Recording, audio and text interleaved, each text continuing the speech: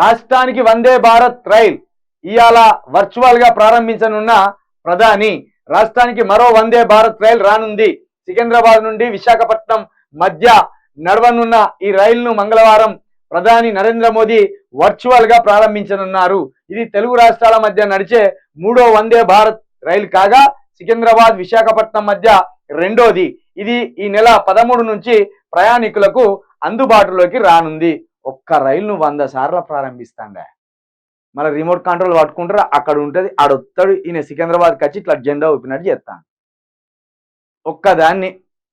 ఒక్క వందే భారత్ రైలును గిన్ని 100 సార్లు ప్రారంభించిన ఒకే ఒక్క అసమర్థ ప్రధానివి నువ్వు. బర్రెడ్డం వచ్చి ఇరిగిపోయిన ట్రైన్ ఇది. బర్రెడ్డం వచ్చింది, ఇరిగిపోయింది ట్రైన్. ఒక గంట గట్టి ట్రైన్ అన్నట్టు. వర్షాలకు కూడా ఇల్లు కప్పు ఊర్చినట్టు ఊర్చిందట.